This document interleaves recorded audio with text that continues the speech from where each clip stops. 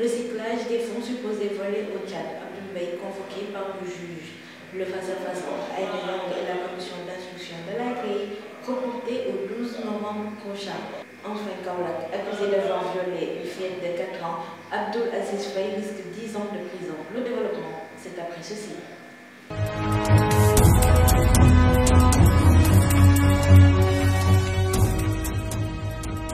Plus de peur que de mal pour l'ancien chef de cabinet du ministre de la Coopération internationale. Poursuivi pour délit de trouble à l'audience, la Cour a déclaré la fin des poursuites à l'envoi de Bachir Diawara. Le parquet général avait dit 6 mois ferme. Écoutons le récit de Marie-Pierre Belga. Si le tribunal suivait les réquisitoires du parquet général, l'ancien directeur de cabinet du ministre de la Coopération internationale risquait de passer 6 longs mois derrière les barreaux pour le délit de troublance à l'audience.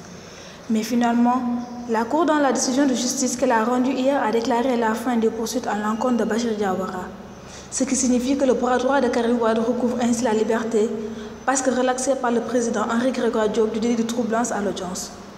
Placé sous mandat de dépôt au cours de l'audience du mercredi pour le délit de trouble à l'audience, Bachir Diawara a fait face hier à la composition de la chambre de jugement de la CREI, chargée de juger Karim Wade et ses co-inculpés. À sa première comparution, l'ancien chef de cabinet du ministre de la Coopération internationale s'était juste contenté de décliner son état civil. Devant les interrogations de la Cour hier, il est revenu sur les péripéties ayant conduit à son expulsion de la salle d'audience, suivi de son placement sous mandat de dépôt par le président de la CREI, Henri Grégoire Diop. Revenant sur les circonstances de son expulsion de la salle d'audience, l'ancien chef de cabinet de Karim Wade fait savoir que cette situation découle d'échanges et d'incompréhension entre lui et les gendarmes en faction qui a procédé à son interpellation. Contrairement aux déclarations du préposé à la sécurité qui a souligné que le prévenu a refusé d'obtempérer et entraîné le tumulte au sein de l'audience. Je n'ai pas fait de signe d'approbation ou de désapprobation. Lorsque le président a suspendu l'audience, je me suis levé comme on a l'habitude de le faire. C'est à ce moment qu'un gendarme m'a demandé de sortir de la salle, ce que j'ai exécuté sans broncher, déclare Bachir Diawara au président Henri Grégoire Diop et à ses assesseurs. Contrairement au gendarme Diouf, Bachir souligne: je n'ai pas résisté, j'ai accepté l'expulsion de la salle. Des déclarations également confrontées par les témoins cités par la défense.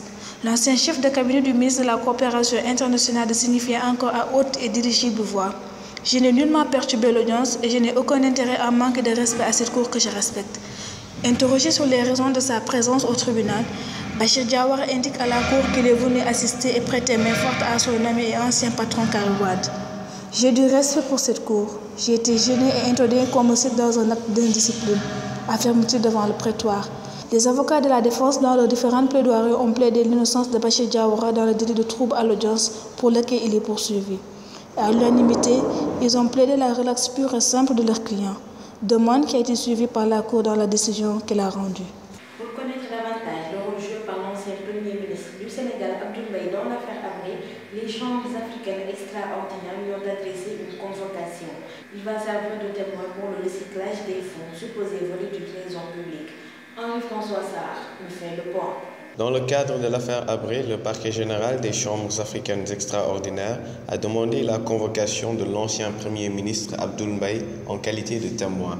Pour l'heure, cette requête du procureur général Mbacké Fall n'est pas encore admise, comme c'est le cas sur l'audition de Déby. La demande de convocation de Abdoul Mbaye sera examinée dans les prochains jours par la chambre compétente au sein des chambres africaines. Précision, il n'est pas auditionné sur les crimes dont on accuse Habré.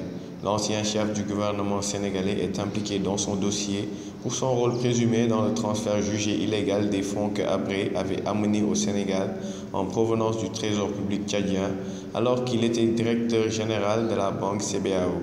On lui reproche d'avoir aidé et assisté à un blanchiment d'argent par le biais de recyclage. Dépeint comme le banquier attiré de Habré, Abdoul Mbaye devra dire aux chambres africaines ce qu'il est advenu de ces milliards que l'ancien président tchadien aurait détournés. Merci Henri. En plus bref, Aïda Ndiongue va être finalement devant la commission d'instruction de la Cour de répression de l'enrichissement illicite le 12 novembre prochain. L'ancienne sénatrice devait être entendue jeudi sur le fond du dossier. Ses avocats ont demandé le report de l'audience pour mieux se pencher sur le dossier de leur cliente. Ils comptent déposer une demande de mise en liberté provisoire le 12 novembre. Aïda Ndiongue est poursuivie pour enrichissement illicite. Abdoul Aziz Faye risque gros, accusé de pédophilie sur une fillette de 4 ans. Le conducteur de moto Jakarta risque 10 ans de prison.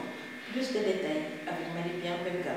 Conducteur de moto Jakarta, comme la plupart des jeunes de la région de Kaolack, Abdoul Aziz est dans de beaux draps depuis le 23 octobre dernier. Depuis ce jour, il croupit à la maison d'arrêt et de correction de Kaolack pour pédophilie, un acte qu'il aura le temps de bien méditer dans sa cellule. Abdoul Aziz Faye est tombé sous le charme de la petite MD, une fillette de 4 ans qui vit dans le même quartier que lui. Comme beaucoup de Guinéennes installées au Sénégal, la maman de la fillette n'a pas été l'exception qui confirme la règle. Le jour des faits, elle était partie au marché pour écouler sa marchandise. Profitant de l'absence des parents de la gamine, Abdoul Aziz, qui revient de son travail, a remis de l'argent à la petite MD pour qu'elle aille lui acheter de la cigarette à la boutique du coin.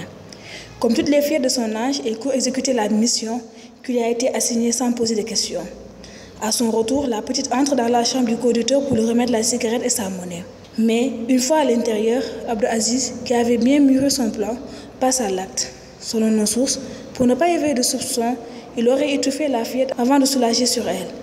Une fois sa libido satisfaite, il offre une pièce de 50 francs à MD en guise de récompense. Mais une fois le pas dehors, la petite commence à sentir des douleurs et arrive à peine à soulever un pas. Elle se met à pleurer, éveillant ainsi des soupçons chez les voisins. L'une d'entre elles l'interroge sur les causes de ses douleurs.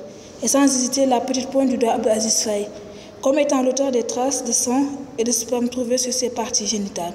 Déterminé à tirer cette affaire au clair, le voisinage retient le suspect jusqu'à l'arrivée de la police.